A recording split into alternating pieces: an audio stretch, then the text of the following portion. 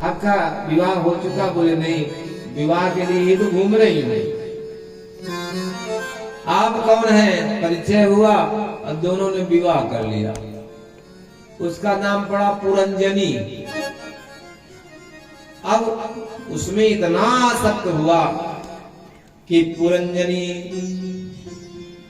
सोचे कि खाए तो वो खावे। पुरंजनी ने सोचा कि अब हम गाना गावे तो फिर वो गावे। पुरंजनी ने सोचा कि ये नाचे तो भी वो नाचे। पुरंजनी ने सोचा कि अब रोवे तो रोवे।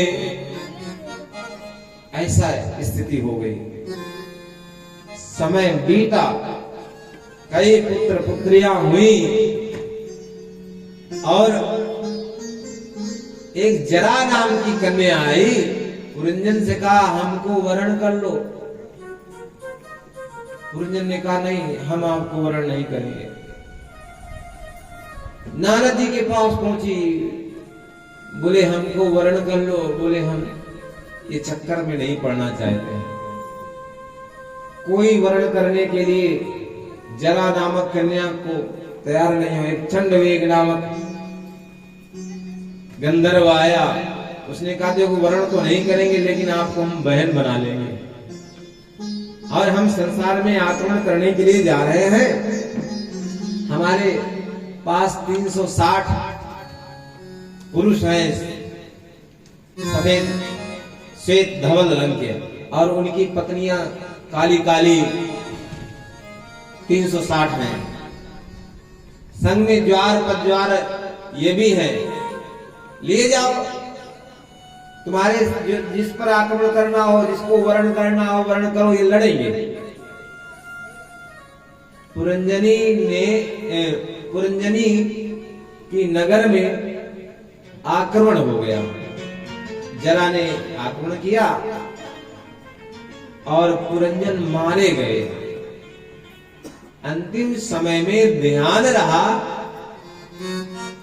कि मेरी पत्नी का क्या होगा। अगला जन्म स्त्री रूप में उत्पन्न हो, क्योंकि अंते मति सागति, अंत में जैसी मति होगी वैसे ही उनकी गति होती है। इसलिए अंतिम समय आवे तो मति भगवान के चरण बिंदुओं में ही रहे। ये मत सोचो, क्योंकि अंतिम समय में भगवान का ध्यान आता नहीं है। एक जगह कथा कह रहे थे, यही प्रसंग चल रहा था, तो उन्होंने कहा, प्रधान जी थे, पंडित जी ने आप बहुत अच्छा ये प्रश्न सुनाया। ये प्रसंग हमने अपने दाई के ऊपर प्रयोग किया। दाई मरने वाले थे।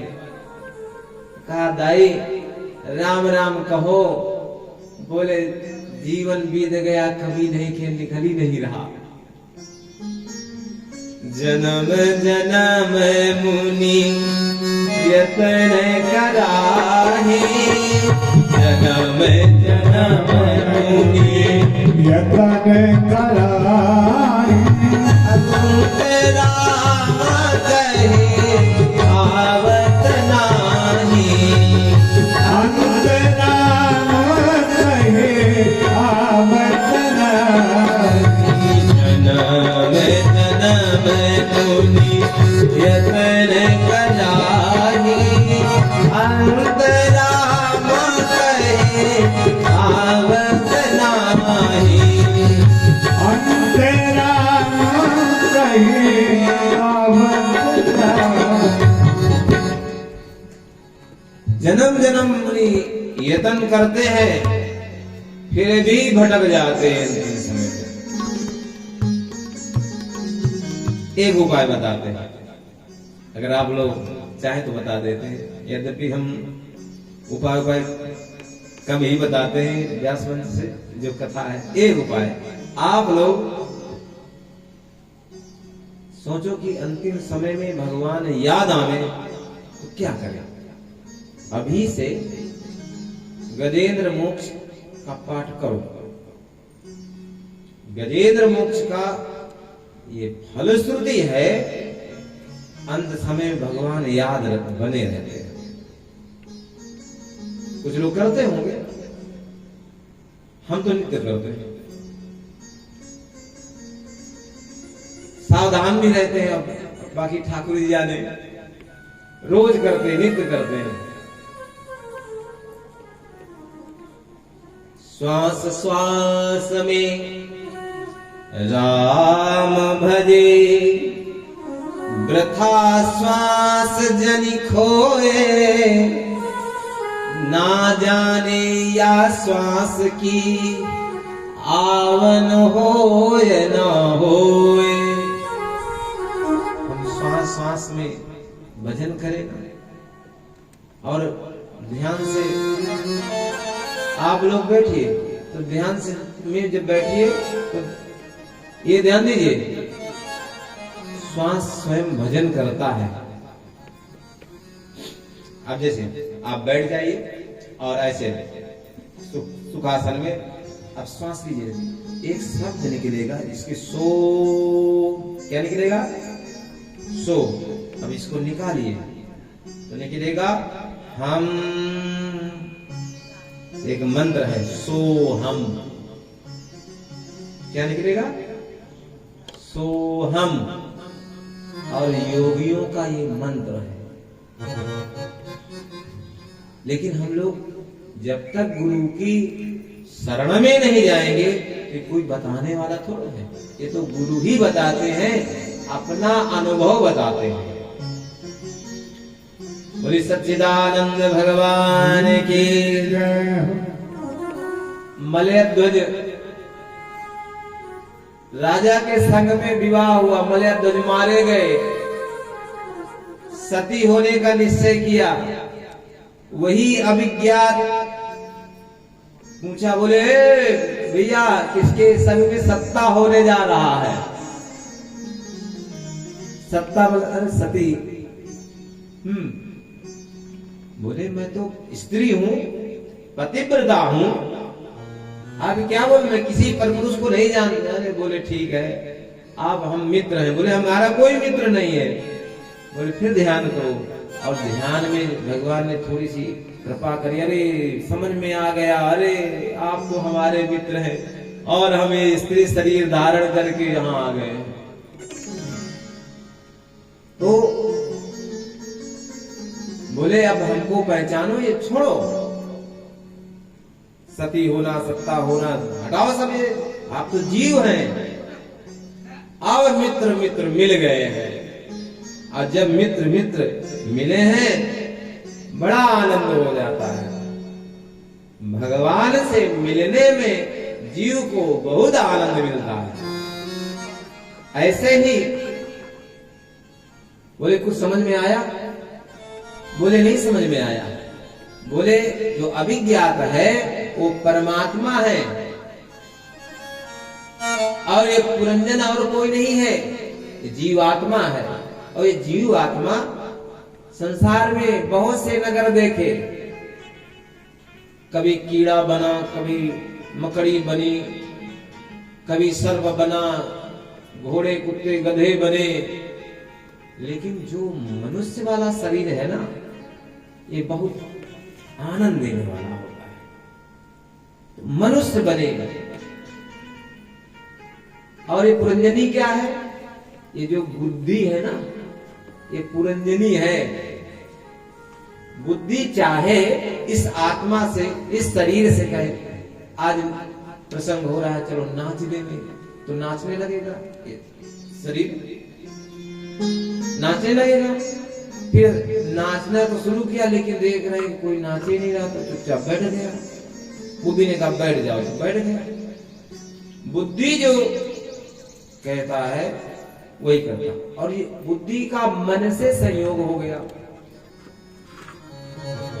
बुद्धि समझ में आया? 5 इंद्री, 5 कर्मेंद्री, 5 ज्ञानेंद्री, ये 10 घोड़े हैं, सेनापति हैं।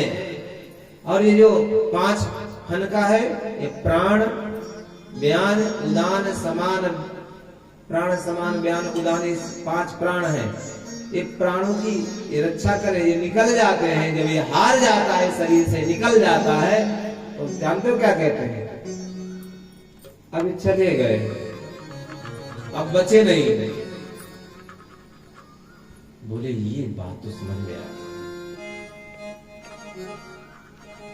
अब देखो नौ द्वार समझ क्या है? दो नेत्र, दो एक मुख, दो कान, जननांग, गुदा आदि, ये 9 द्वार है। 9 द्वार का शरीर है। और इस प्रकार इसमें जब जरा माने होता है बुढ़ापा, कोई बूढ़ा नहीं होना चाहता है बना, थोड़े से बाल पके, बढ़िया डाई करके काला करके अब जवान दिखने लगे। अच्छा है, कोई बूढ़ा नहीं होना चाहता है। और ये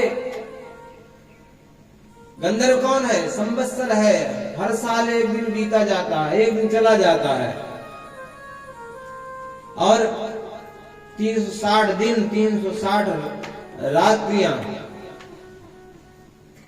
रात सोने में चला गया। हमला है इस शरीर में, हमला हो रहा रोज एक दिन कम हो जाता है। हम बड़े प्रसन्न हो गए, हम 50 के हो गए हैं, 60 के हो गए, ऐसे थोड़ा बाल पाक गए हैं। ऐसा का उदाहरण दे दे। 60 होने का मतलब आपने 60 साल यूं ही बिता दिए हैं। भगवान की क्या शरणागति प्राप्त करी। चलो एक कथा सुनाते हैं। एक संत पहुंचे और संत गृहस्थ के यहां पहुंचे। भिक्षा में दे, भिक्षा दीजिए। एक मैया टीका चंदन लगाए निकली तो संत की जिज्ञासा हुई और कहा, देवी कितनी आयु है? बोले 20 साल है, जबकि वो देवी 40 साल की थी। बोले तुम्हारे पतिदेव की आयु कितनी है? तो कहा 10 साल। सासू मैया सुने तो बोले इतना झूठ बोलती है। बोले सासू मैया की आयु कितनी? बोले 5 साल। ससुर जी बोले पैदा ही नहीं हुए। अब आध्यात्मिक भाषा समझ गए। सासू मैया आई, बोले जब पैदा ही नहीं हुए तो ये तुम्हारा पति कैसे आ गया?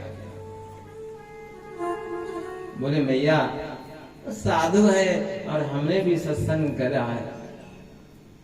20 साल तो हमारी ऐसी आयु चली गई, 20 साल से हम सत्संग कर रहे हैं, तो हमारी आयु 20 साल ही मानी जाएगी। वो तो चले ही गए।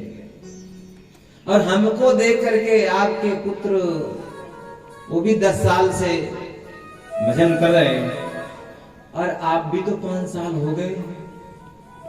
लेकिन ससुर जी के अभी सर में जुआ भी नहीं रेंगा है, कोई भक्ति की लीक भी नहीं खींची है, इसलिए अभी वो पैदा ही नहीं हुए हैं। बोले सच्चिदानंद भगवान की। आपका जो समय भगवान की संकीर्तन सत्संग में जा रहा है वही समय है, बाकी तो हम जी ही रहे हैं। जीवेन 14 शतम 100 वर्ष की आयु लेकर के आए हैं।